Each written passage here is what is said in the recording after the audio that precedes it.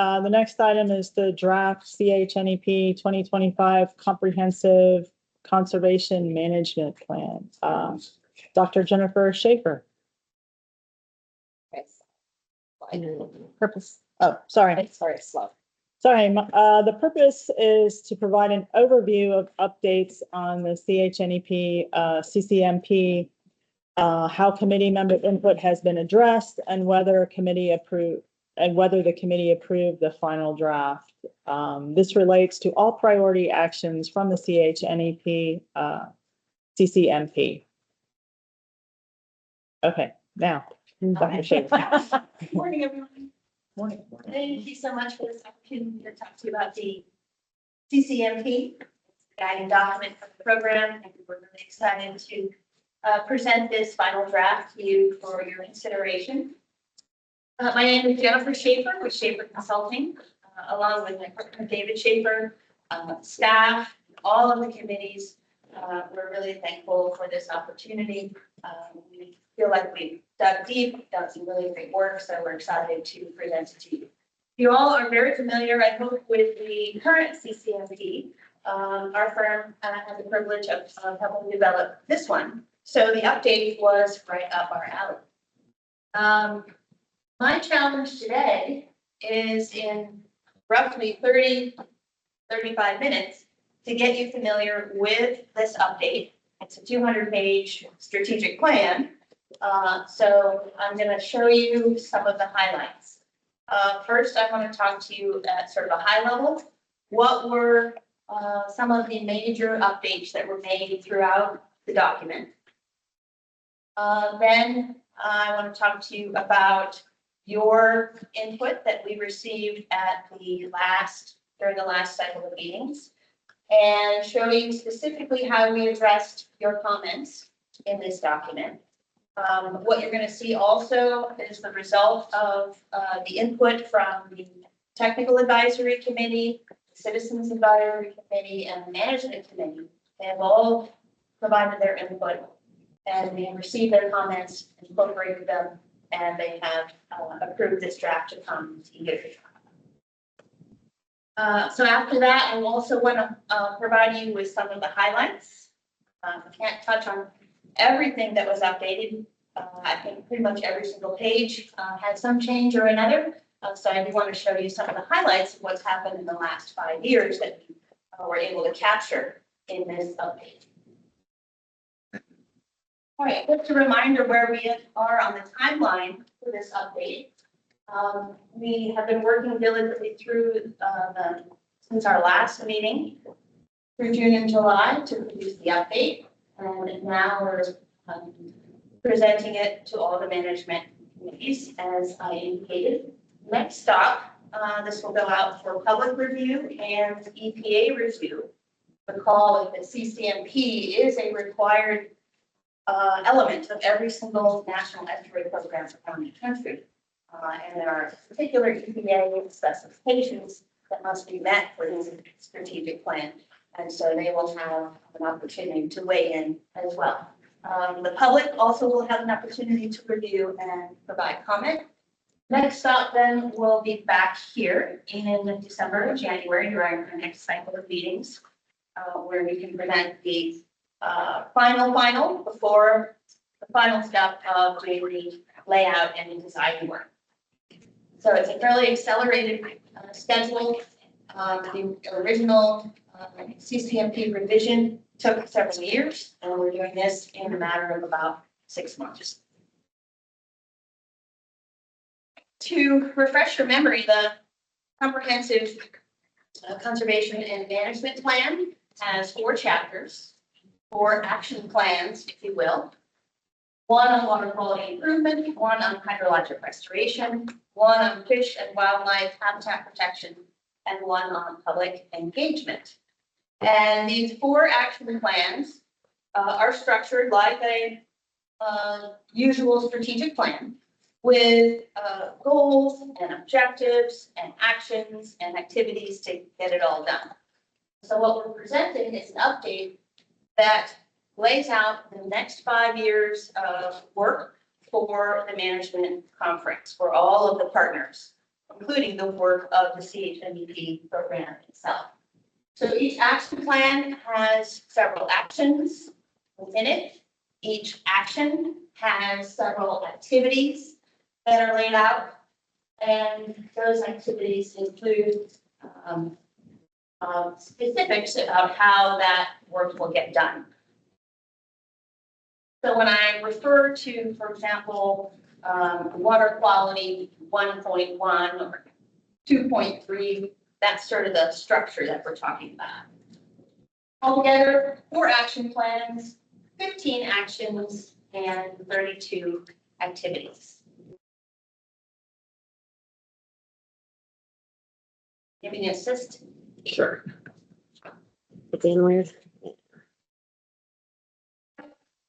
right, so this is the high level. What's new in this document? What did we change throughout? The strategic framing has been updated.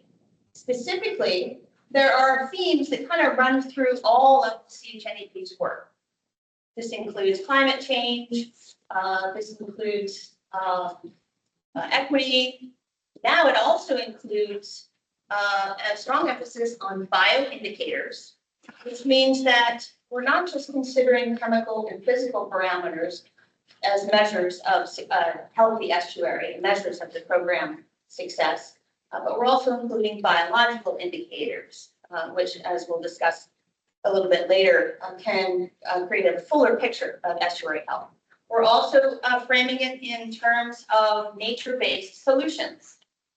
So when we talk about restoration projects, when we talk about hydrology projects, when we talk about water quality, there are certain ecosystem services that can be built back in to either a natural or even built environment. And so that's what we mean by nature-based solutions. We're looking for the solutions that are win-win-win-win all the way across the board, multiple benefits, and mimicking the ecosystem services that nature provides. Data updates. Throughout the document, in the text, the tables, and the figures, we updated data from those sources that are the open source data. So this means the data sets that are local and state agencies maintain that are publicly available. We updated that. We also updated with literature published by independent researchers, where there were some new findings. New science and policy. So I mentioned there are new scientific findings. We included citations to that effect, explaining new ways that we're thinking about the science. A good example is the recognition of the role of macroalgae as a strong bioindicator in the suite of harmful algal blooms, nutrient pollution, climate change, all of that. So there have also been some policy changes in the last 5 years. Great example is the new state stormwater rule. So we make sure we update all the legislative updates that are relevant. Projects and programs. This was the fun part, to be able to catalog the enormous amount of work that's been done in the last 5 years, contributing to program goals and regional goals around environmental improvement. Lots of new projects and programs, so water quality projects, hydrologic restoration projects, land conservation, habitat restoration, etc. This has all been updated. Accomplishments. The program has a proud new updated list of accomplishments. Those are included. And significantly, the conference, together with your input, management committee input, decided that there should be 5 new activities added to this strategic plan. So I will point that out now if you'd like to have a sneak peek. Their list of the 5 new activities are in your meeting packet. The single sheet, double-sided, the title is in bold, CHNEP, CCMP 2025 new activities. I'm going to bring this back to your attention when I complete the presentation during our discussion period, so you can take a closer look if the light is back on. at that point. While you're flipping through your packet, I want to also bring your attention to this colorful spreadsheet. This spreadsheet is basically the comment and response document that we assembled, which includes all of the comments we received from all 4 committees as well as staff during the last meeting cycle. You can see that the columns indicate what page number the change was made to, what section the change was made to, what the comment was, how we responded. And then in the far right column, you can see where that comment originated. So if you're looking to see what policy committee input was providing, you can scan down that column and see specifically. And then in addition, I'm going to step through and tell you specifically how we addressed your comments. You can follow along there, or if you just want to scan this in lieu of a detailed review, you can kind of get a sense of all the things that were updated. Can we stop you there? Where are we? Which one of these little packets? We have a lot of packets, It looks like this. but which one's it in? Here's the back. They're very back. That's why you couldn't find it. Is it not in there? Oh, no, I think it's just buried. There you go. This area. All right, There it is. thank you. These 2, I think. And then these are the big ones. Okay, thank you. Perfect, thank you for that.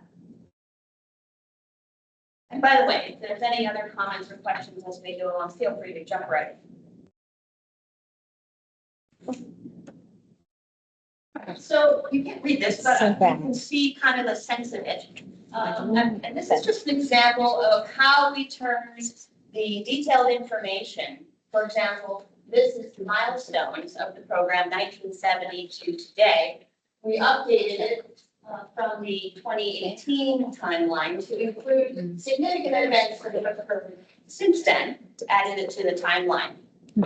The point of showing this to you is to demonstrate that while the draft document that's before you, and we've provided both the red line version and a clean copy, there are several around the room, pretty dry there, but we endeavored the final layout and design to make the document extremely readable, very visual, and accessible.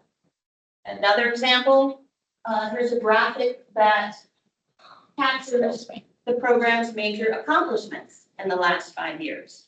Again, not intending you to read it, just seeing how you can use design to make things much more digestible and accessible.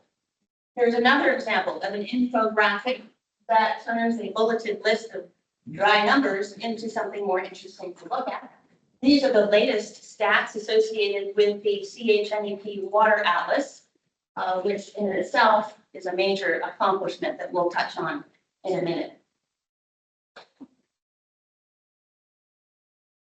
Continuing with sort of the high-level indications of what information was changed or updated, this table shows you all of the data updates that occurred within the figures.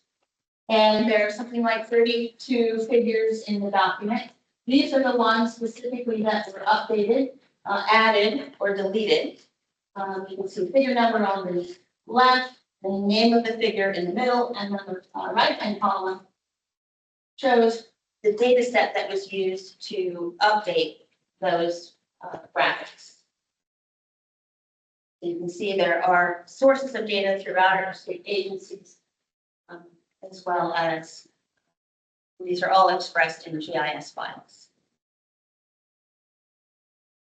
Of all of the figure updates we did, I pulled this one out because I thought it was maybe the most interesting with regard to the change that has occurred from 2019, which is the map shown on the left. This is 2018 data that occurred in the last CCMP versus 2023 data, which is going to be in the new CCMP.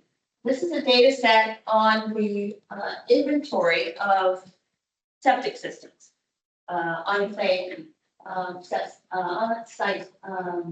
disposal systems. And what you can see between the two maps is that on the most recent one on the right seems to have a lot more blue. And those blue dots represent the known, likely, or somewhat likely locations of septic systems in the CHNEP area. Now, this doesn't represent an explosion of septic systems all of a sudden.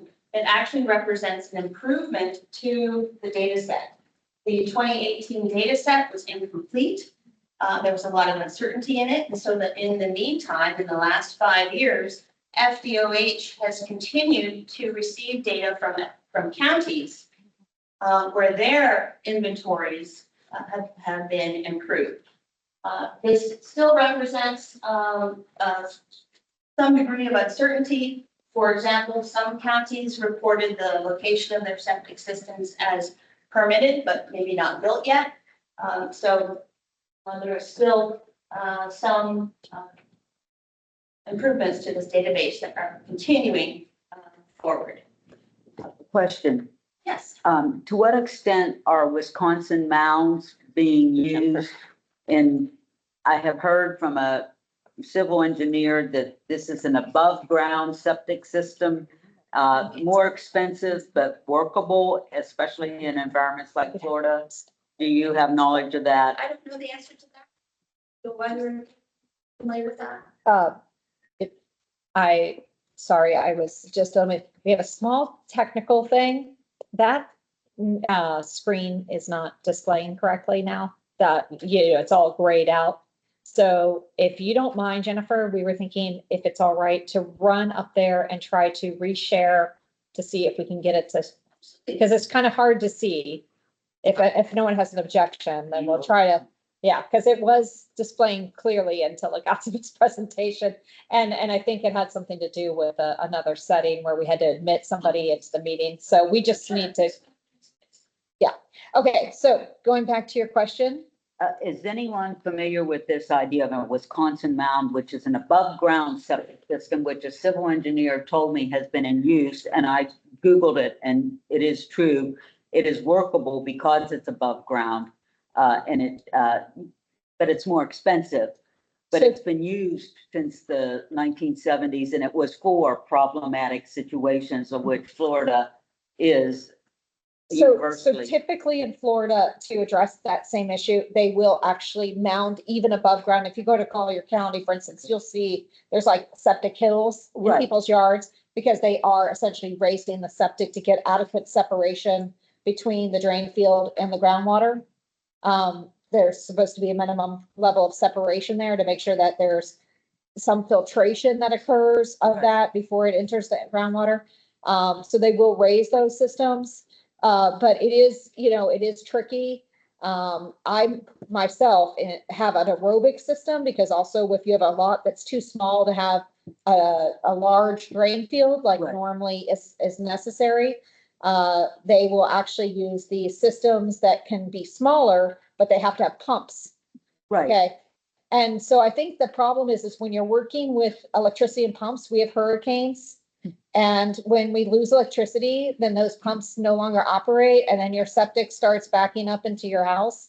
And like I have myself experienced this. It is not a fun situation. So I think that, people are trying to use gravity septic regular fields, and they do have to raise them to get that separation and also to have that gravity, drainage into the drain field. So as far as I know, those are the two technologies that are being used right now is either the pump driven aerobic system or the regular standard, but just raised up in certain places. If anybody else here has more knowledge, great. Yeah, in my previous life, I was an environmental health director for the Department of Health. Yes. Okay, so I did the septic program for 30 years. Okay, perfect. And there are several things going on here, ma'am. There's a 2-foot separation requirement between the bottom of your drain bed and the estimated high water table. Okay. So the estimated high water table is the most difficult thing to determine by some of these engineers that you're talking about. So once that's established, and that's where the bottom of the drain bed, so 2 feet above that, I actually started my career here in Charlotte County, however many years ago that was, a long time. Okay, and there were often times where seasonal water table was very much above what the natural grade is. So they would have to go in and create what you're talking about as a mound. But then there's another complication in that beneath your drain field, there has to be 5 feet of suitable soil.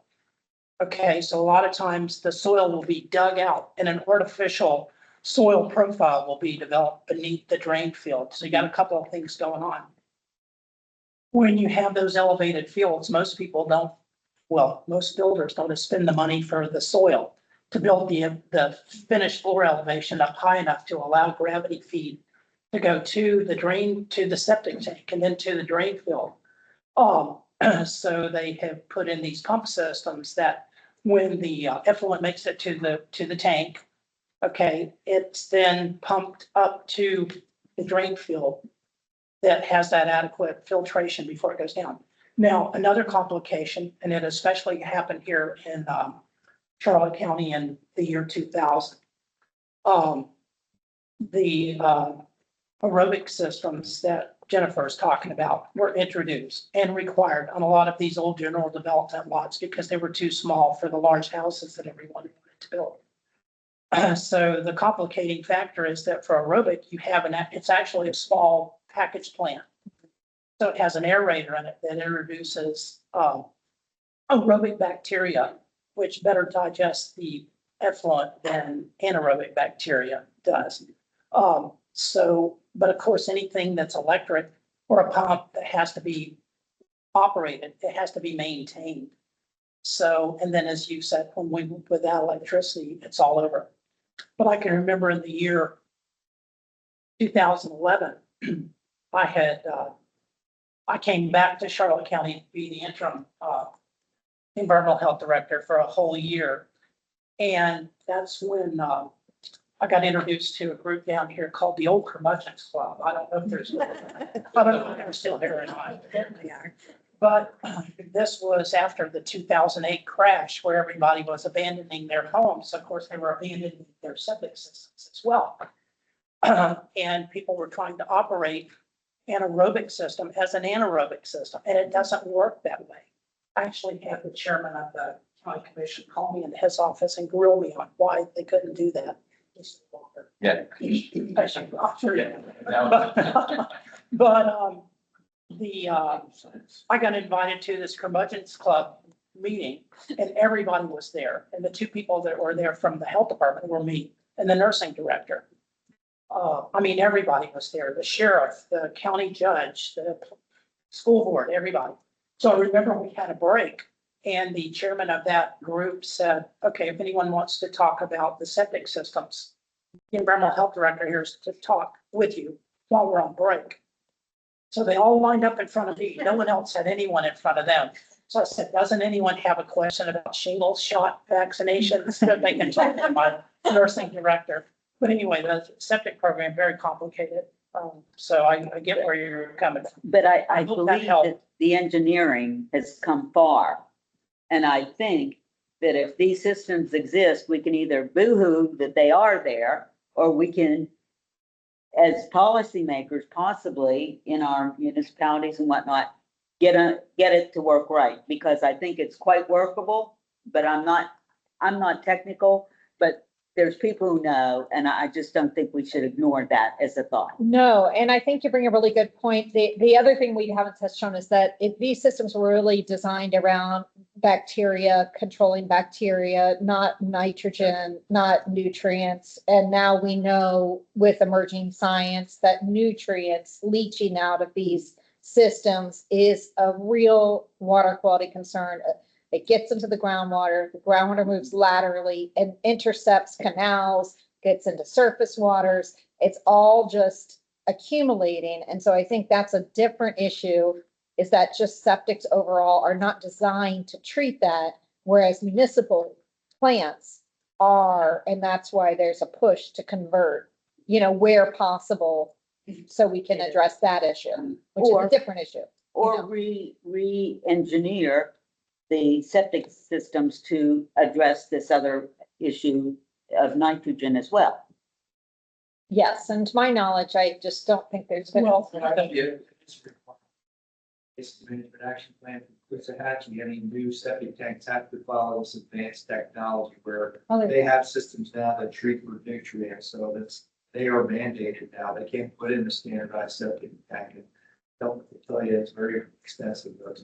In the BMAP area? Yeah, in the BMAP area. Okay. $20,000 That's for good a to know. septic tank system now, which.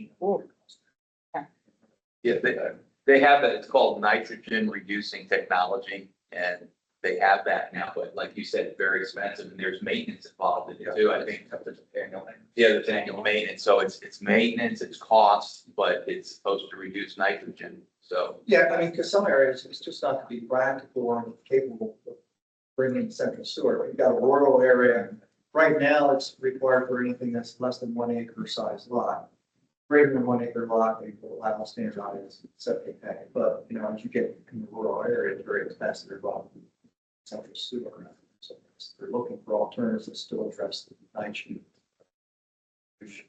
Right, to maybe incentivize the retrofitting of some of these, if it's possible. There's think tank type people who sit around thinking of things like this that have far more expertise than I do. So it is possible. Well, I don't know about retrofit. I don't know. I mean. I don't know if it's possible, but somebody knows. That issue is discussed in the septic section of the wastewater chapter with a recommendation to use the advanced technology in the most sensitive areas, particularly those that are closest to water bodies.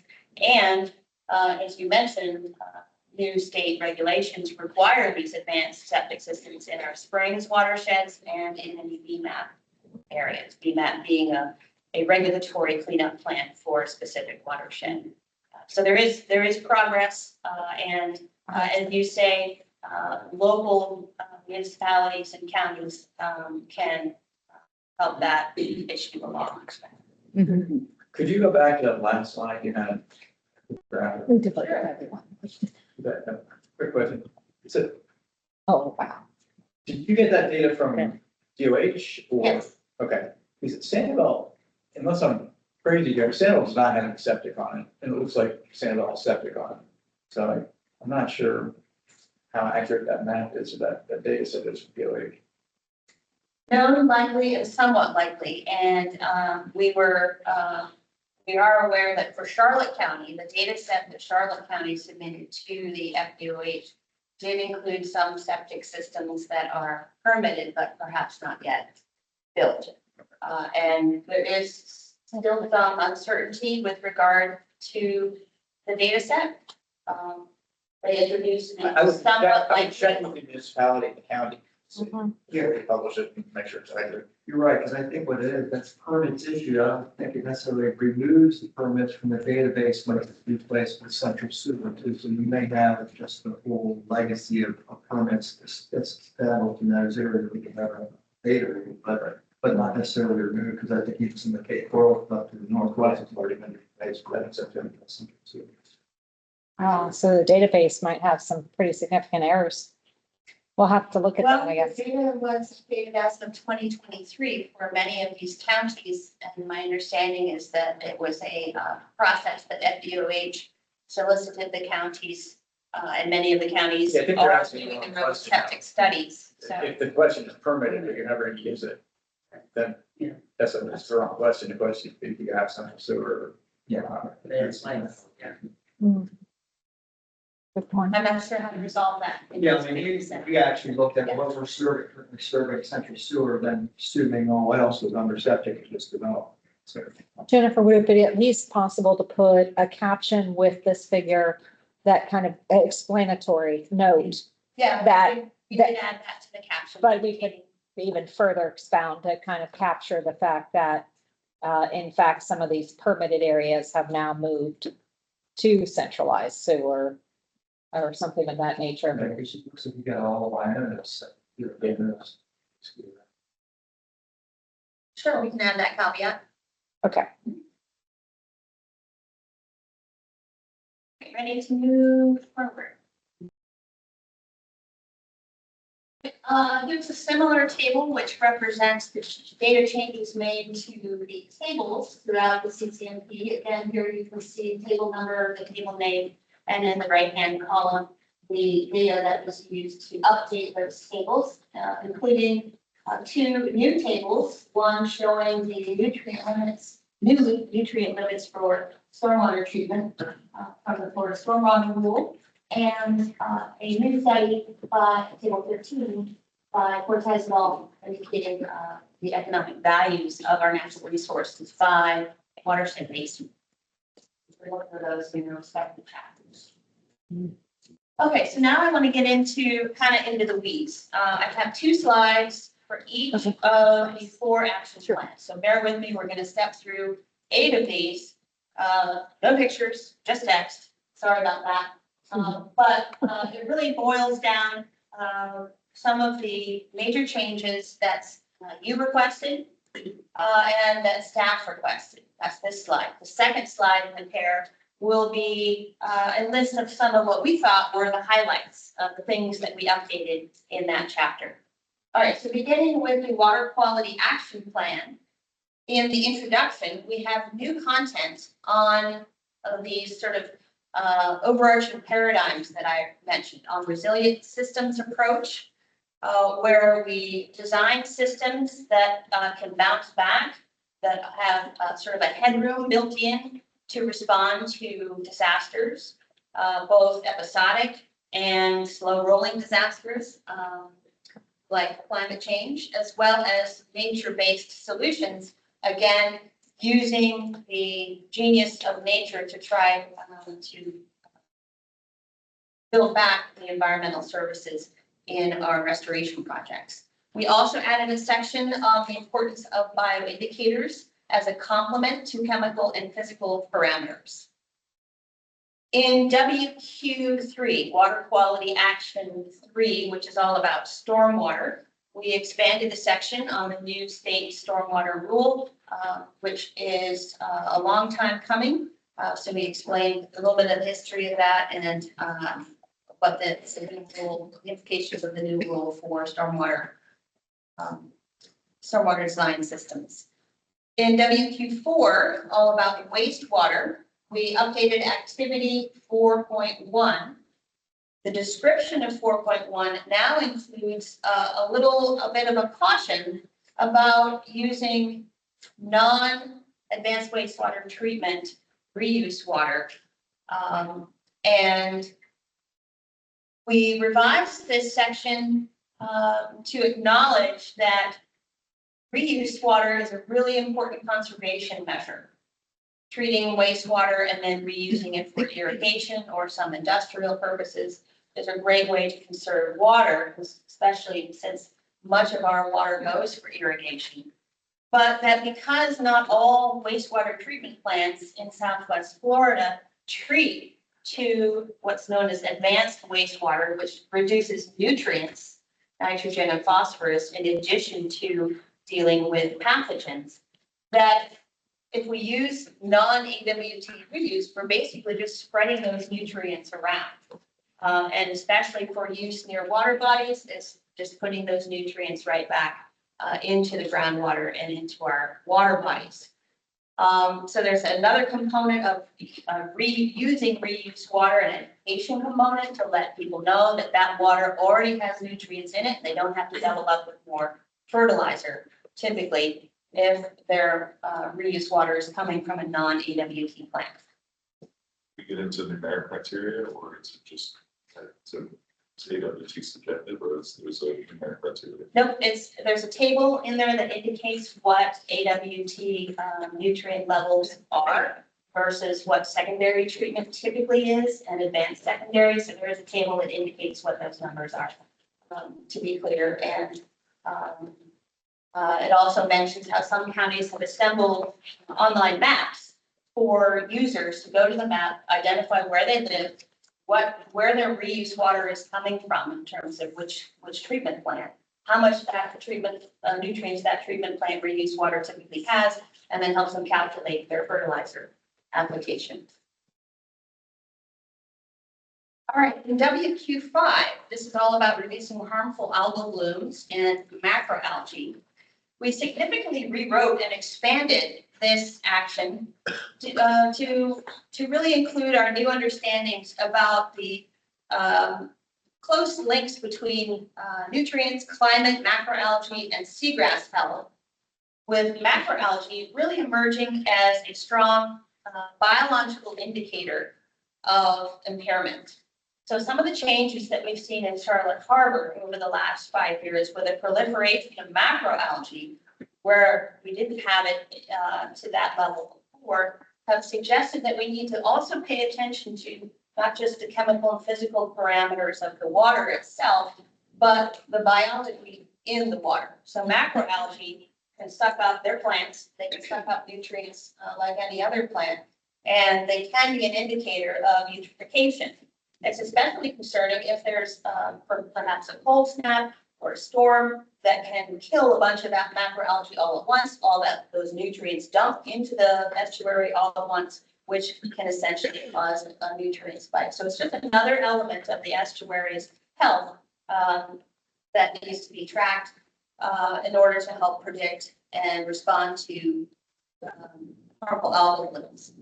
We also, at your suggestion, added a section which details information on new technologies, new and old technologies that can mitigate the effects of harmful algal blooms. So clearly we want to reduce nutrient pollution and avoid the algal bloom altogether, but we know they come periodically. What can we do once they're here in order to help reduce the severity and the length of that bloom? So we added some information about those new technologies, and at your suggestion, we actually added a new activity, WQ 5.2, which recommends supporting best practices and technologies to reduce or mitigate HAB impacts. HAB is harmful algal bloom. So thank you for that input. Other highlights in the Water Quality Action Plan. Of course, we had to mention Hurricane Ian, huge deal, very disruptive for the area. And we also detailed CHNEP's contribution to disaster response. The new CHNEP Water Atlas 2.0, which I think you're going to hear about later in this meeting under technical update, technical reports. CHNEP launched the new Water Atlas with many new pages, water body pages, many new resources, some super cool tools that help track the state of those water bodies almost in real time. So that's a major accomplishment. SwimMud updated the Charlotte Harbor swim plan. That was notable. The Florida Department of Agriculture and Consumer Services, Office of Agricultural Water Policy, made some updates to the way that it inspects farm operations, requiring all farms that are enrolled in their BMP program to be inspected at least once every 2 years. They actually go, they evaluate what's happening on the farm, make sure best management practices as agreed to are being carried out, and then they keep records of all of that as well as fertilizer applications. So that's a big improvement in the level of monitoring of farming operations. We already mentioned the updates to some counties in their statewide septic system inventory. The map that you saw, there's about a little over 300,000 known likely or somewhat likely septic systems in the area. Some other news, the water management districts in their most recent water use reports project that by 2040, the region will be using 90% plus of its reused water, which means that that water is being used as it comes out of the wastewater treatment plant instead of being released to surface waters. So 99% reduction in surface water discharge is projected over the next couple decades.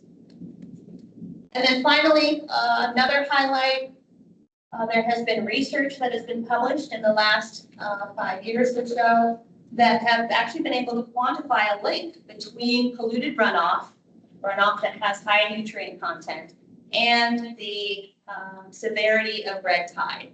Medina et al., Beck et al., and Masco et al., where Jennifer Hecker was a co-author.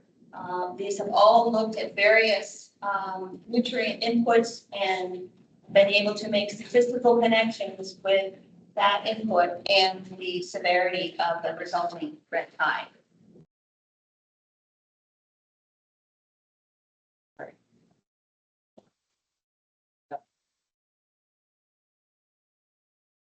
Second action plan is hydrologic restoration.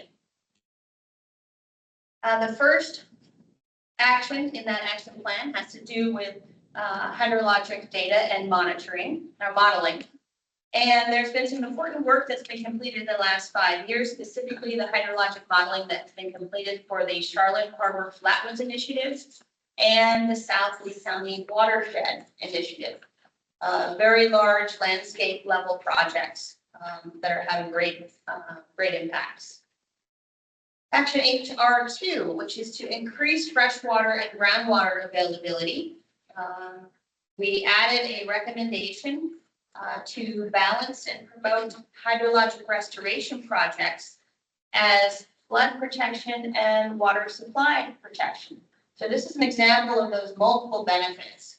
We want to conserve water not just for restoring natural habitats, but hydrologic projects can also have important human benefits in helping to prevent floods and helping protect water supply. So sort of quote, marketing those projects as human and nature beneficial is the recommendation. We updated activity 2.2, which is to say, in addition to these large landscape level hydrologic restoration projects, we can also support community adoption of low impact design.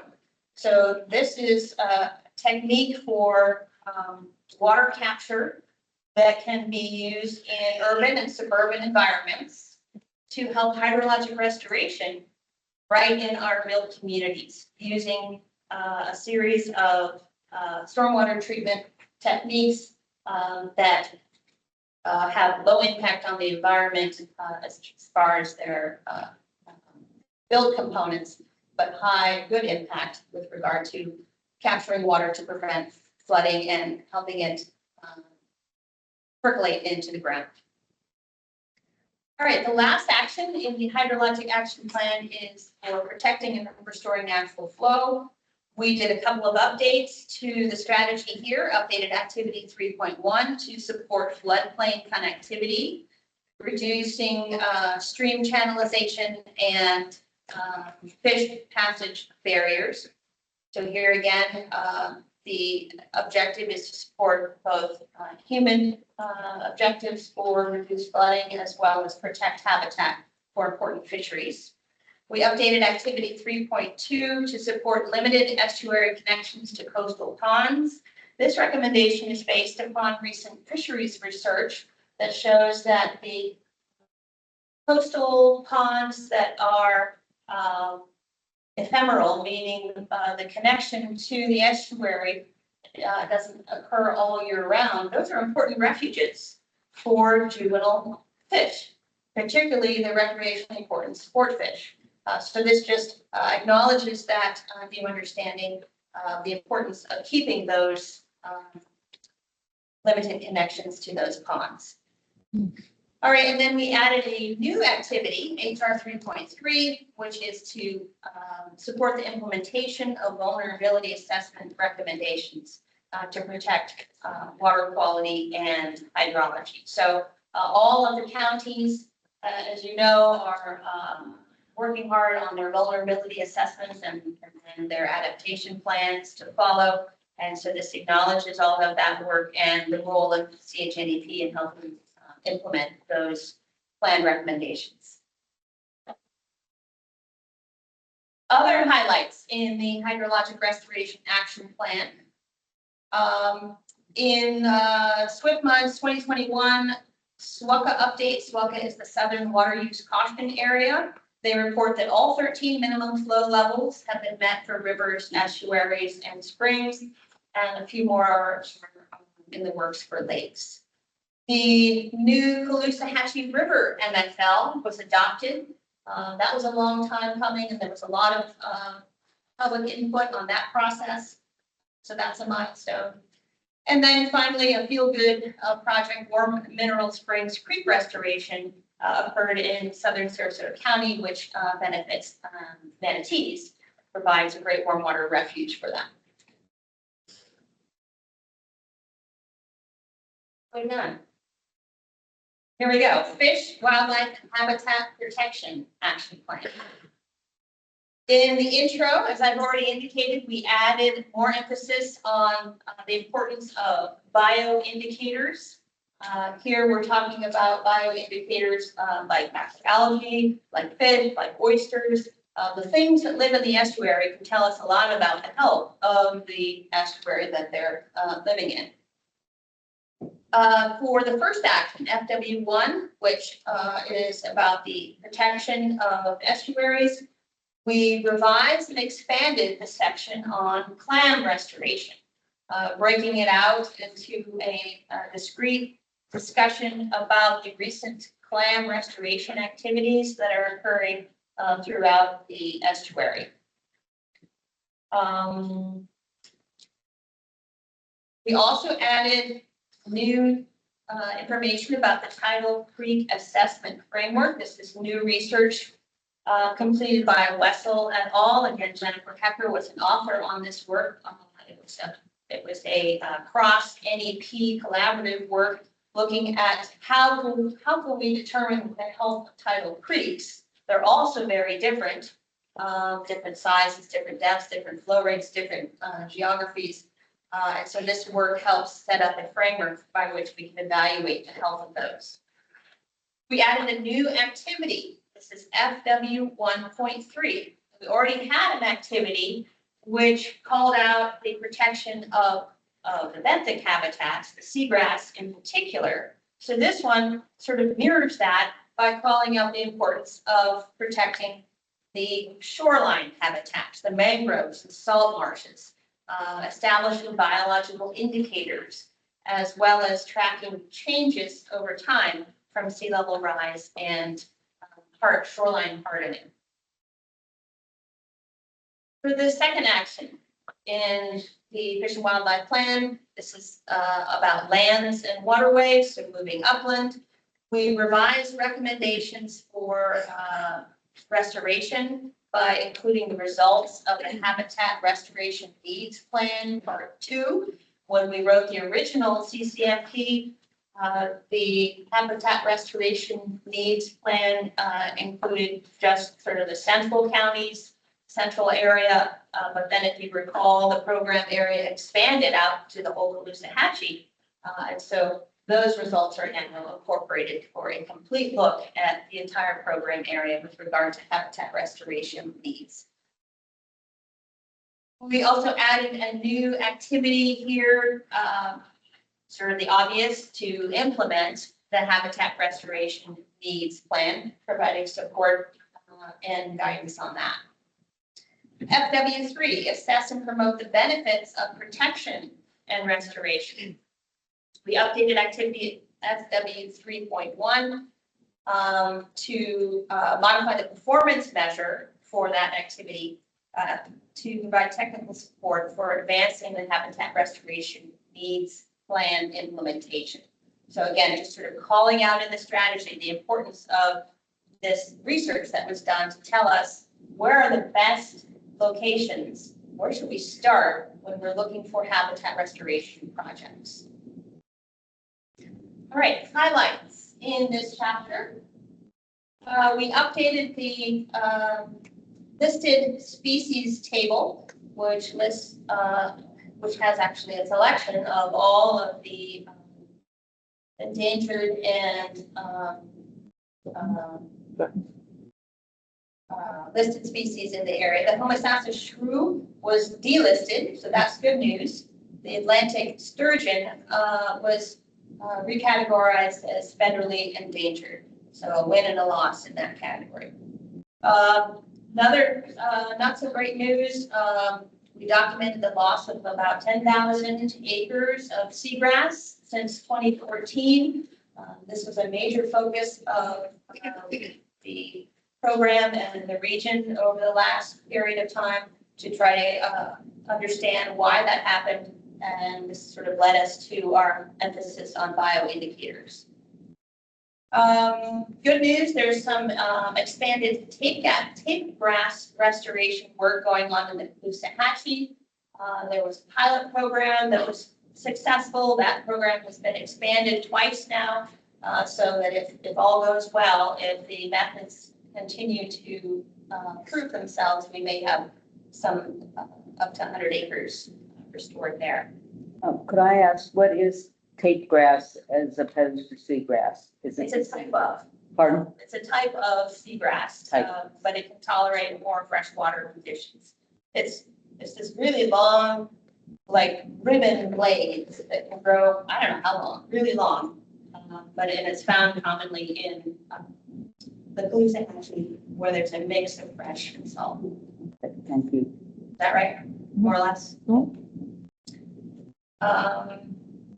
And it's of importance because it was all wiped out in the Caloosahatchee. So there's an effort to get it back for the habitat that it provides and then carbon and nutrient sequestration that it carries on. All right, another win for the area are the large-scale coordinated land conservation programs that have really been successful. The Florida Wildlife Corridor is coordinated, as you're probably aware, throughout the state.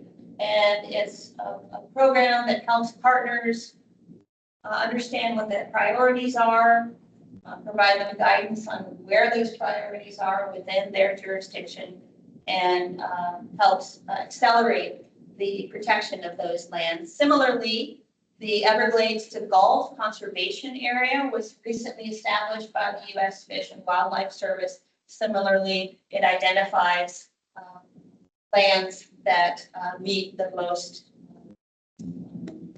protected criteria. Speaking of, over the last 5 years, more than 87,000 acres have been conserved in the region, both through fee simple and conservation easements. And then finally, an interesting statistic from that Cortez et al. Report. They studied the economic impact of the natural resources in our area and found that it's a $13.6 billion regional economic benefit every year from all of the natural resources in our area. Another similar study, it's not apples to apples, but similarly, another set of researchers studied the impact to our economy of harmful algal blooms. In particular, they've projected that if we had another serious harmful algal bloom like the red tide of 2018, that loss was on the same order of magnitude as the annual benefits. So I thought that was an interesting comparison. All right, finally, the last action plan has to do with public engagement. And of course, we had to update the introduction with the latest population growth numbers across the region, as well as pointing out that this population growth presents ongoing opportunities to interact with new audiences. Public engagement action 1, about informing and engaging the general public. Here we updated activity 1.2's performance measure to state that the metric would be monthly mass communication about volunteer activities. So this is a little bit different than before in that this new metric acknowledges that CHNEP gathers together all the opportunities from all the partners for volunteer engagement opportunities. It sends out basically an email to their giant email list every month, sharing those opportunities, sort of helping to synergize all of the programs together. Public engagement action 2, to expand reach to new audiences. Here again, a performance measure was updated, that the CHNEP would host an annual public event with diverse perspectives and presenters. Public engagement action 3, strengthening partner collaboration. This is a new activity that you all suggested, so thank you for that. Activity PE 3.2, to convene and coordinate partners for post-disaster response. So following Ian, CHNEP played an important role in bringing partners together, coordinating funding, coordinating sampling, reaching out and trying to find resources in order to have a rapid response after the disaster, as well as bringing in federal resources and federal attention to the issue. So you all recommended that we put that type of activity in the strategic plan, and here it is. And then finally, public engagement activity 4, increasing outreach to policymakers. And here we updated the performance measure just slightly to say that CHNEP would hold annual meetings with interested officials. All right, other highlights from the public engagement action plan that were included in this update. Kind of an interesting statistic, the population of the region has tripled in the past 50 years, with projections for Polk County to be the most populous county by 2035, edging just ahead of Lee County. The CHNEP web presence, which includes the CHNEP website, social media, the water outlets. This has approximately doubled in the last 4 years. So the visibility of the program has been greatly increased. And the Southwest Florida Climate Summit, also a big accomplishment for the program, was kicked off as an annual event in 2021 and it's been held every year since, with the next one in 2025 coming up. I think Jennifer mentioned that for you to save the date. It's a really important event that brings together not only the practitioners, but the general public and policymakers to really have opportunities for Q&A and to hear from some experts at the federal level and statewide as well.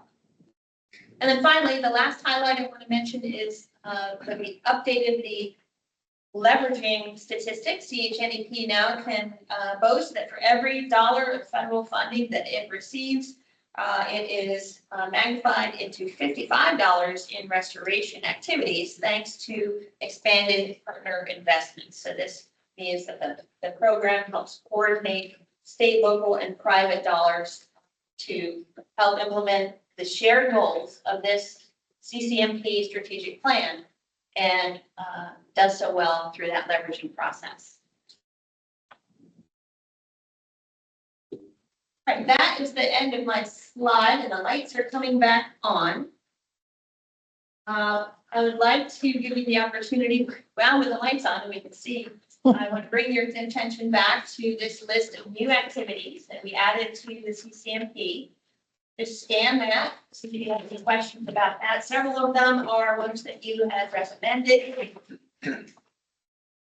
For example, the first one, activity 5.2, where you had asked us to include an activity about best practices for reducing and mitigating harmful algal blooms.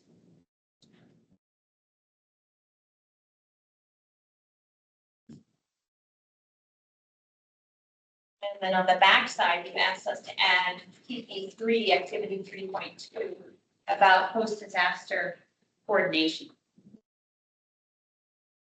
So I'll pause just a second and let you look that over. If anything else comes to mind,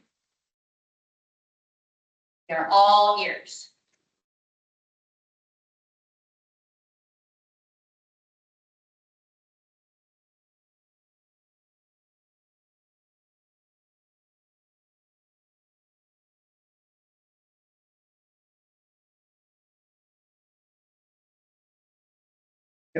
What about the vulnerability assessments and then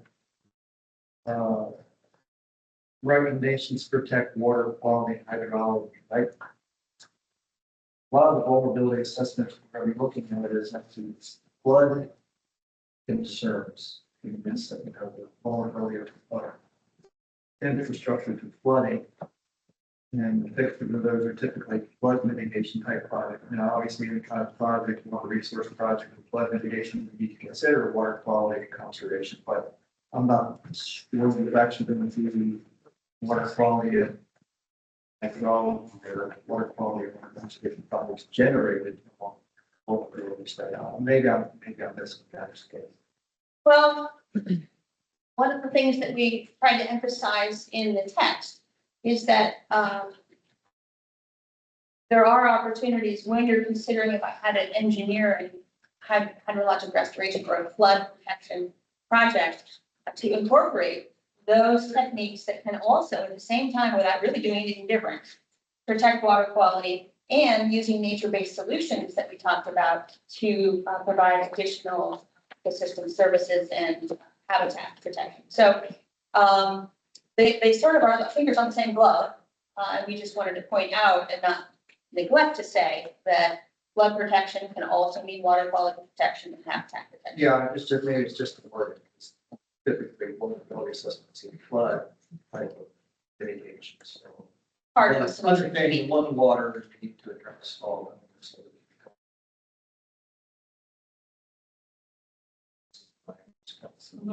Can you make a suggestion? There was something that's sticking. Well, Can I interject one thing? So the baseline CVAs for the counties are really focused at exactly what you're describing. We are coming in, and with most counties, we haven't yet finished with Lee County. We've been working with Lee County staff on this, but with other counties, we've already finalized work agreements, basically to broaden out, to go beyond the baseline CVA, to look at underserved communities and maybe additional risks and vulnerabilities that are impacting them. Those could be heat, those could be housing, they could be transportation challenges, during extreme storm events, things like that, like how to evacuate them properly.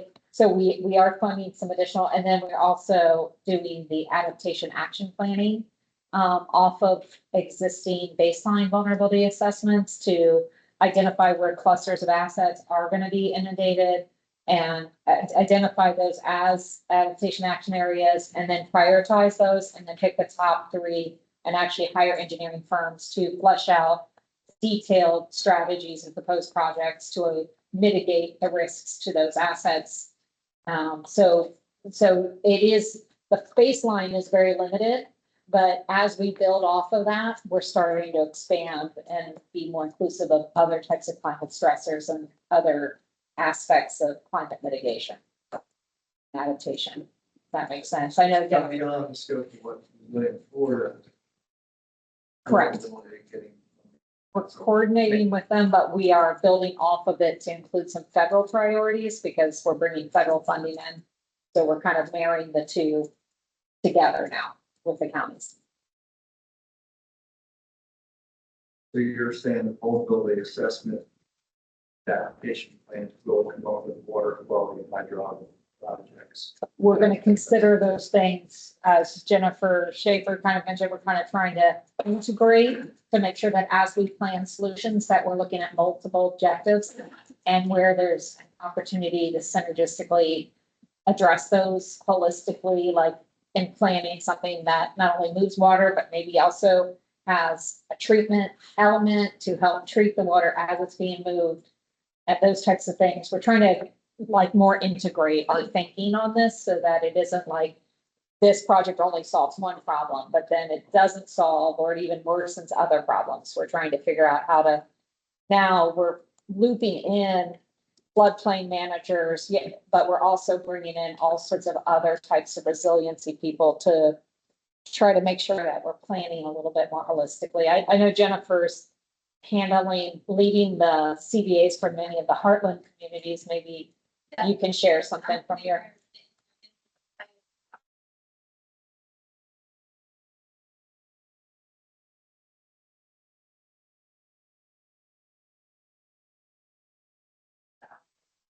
States that flood, but really leading over to latest to POGO, there's a lot of opportunity for storage and water quality. The VA really will help identify those as well. Some of the communities that struggle with flooding right now, like weakness, for example. That's just one example, but I think some of the strategies that come out of that baseline VA will also help with water quality. Yeah, maybe we just put after protecting water quality and hydrology, I would say in conjunction with flood protection and flood mitigation, because that's, you're trying to balance all of the components of water, not just.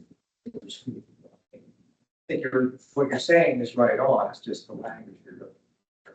Okay. I like that change in conjunction with flood protection. That's very clear. Mhm.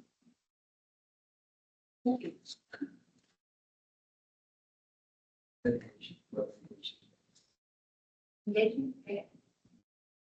Flood protection. Or rather mitigation instead of protecting. Okay. Mitigating effects, protecting, I'm not sure. Sorry, which word did we land on? Mitigation, flood mitigation. Got it. I got it.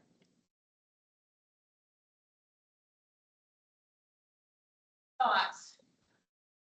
Comments? Who wants the last word?